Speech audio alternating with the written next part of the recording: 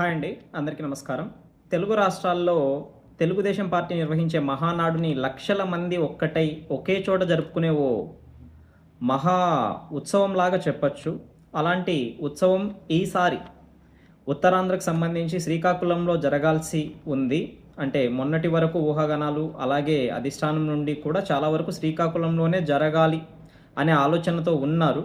కానీ అనూహ్యంగా ఎవరు ఊహించని విధంగా అది నెల్లూరుకు బదిలీ చేయడం జరిగింది. నెల్లూరులో జరుగుతుంది అనే విషయం ఆల్మోస్ట్ కన్ఫర్మ్ చేసేశారు. నెల్లూరులోని నాయకులకు కూడా అందుకు సిద్ధంగా ఉండాలనేసి సమాచారం అందించినట్లుగా మనకు తెలుస్తూ ఉంది.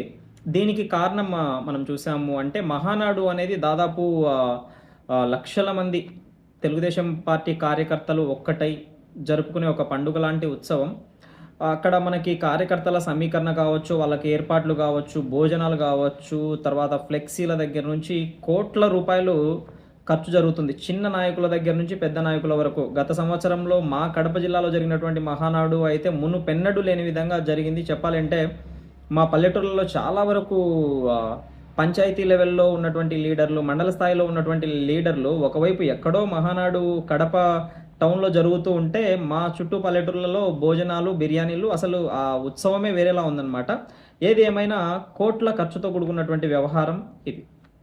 అయితే రీసెంట్‌గా మనం ఒక వీడియోలో చెప్పాం. జూన్ చివరి నాటికి అంటే జూన్ చివరి వారంలో ఖచ్చితంగా భోగాపురం ఎయిర్‌పోర్ట్ అనేది పనులు ఆల్మోస్ట్ పూర్తయ్యాయి కాబట్టి ఖచ్చితంగా ప్రారంభోత్సవం ఉంటుంది. అది కూడా ప్రధానమంత్రి గారి చేతుల మీదుగా ఉంటుందన్నమాట. సో, ప్రధానమంత్రి వస్తున్నారు. అంత పెద్ద అంటే ఎయిర్‌పోర్ట్ ప్రారంభోత్సవం అనే ఒక పెద్ద ఈవెంట్ జరపాలి అంటే ఖచ్చితంగా అట్‌లీస్ట్ ఒక 2,00,000 మంది కార్యకర్తలనైనా సమీకరించాల్సి ఉంటుంది. మరి ఇంకా కూటమిలో ప్రధానమైనటువంటి పార్టీ తెలుగుదేశం కాబట్టి ఈ సమీకరణ బాధ్యత అంతా కూడా తెలుగుదేశం పైనే ఉంటుంది.